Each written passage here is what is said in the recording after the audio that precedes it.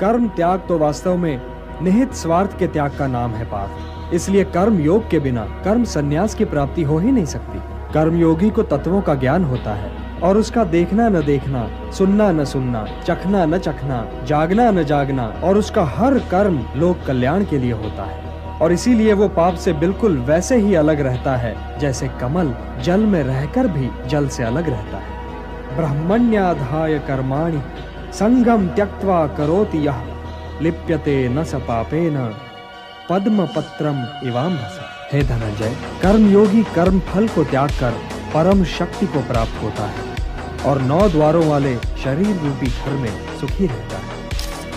शरीर में ये 9 द्वार कहाँ से आए? महाराज, वासुदेव कृष्ण 2 आंखों, 2 कर्णों, 2 नथनों, 1 मुंह और उत्सर्जन तथा प्रजनन की एक इंद्रिय की बात कर रहे हैं। उनके कहने का तात्पर्य यह है कि केवल निष्काम कर्म करने वाले ही का आत्मा उसके शरीर में सुखी रह सकता है, क्योंकि आत्मा मोह के धुंधले वातावरण में सुखी नहीं रह सकता। इस ओर तो कभी ध्यान गया ही नहीं था संजय। यदि मनुष्य ने सोचना छोड़ न दिया होता महाराज, तो वासुदेव कृष्ण को बताने की आवश्यकता ही क्यों होती?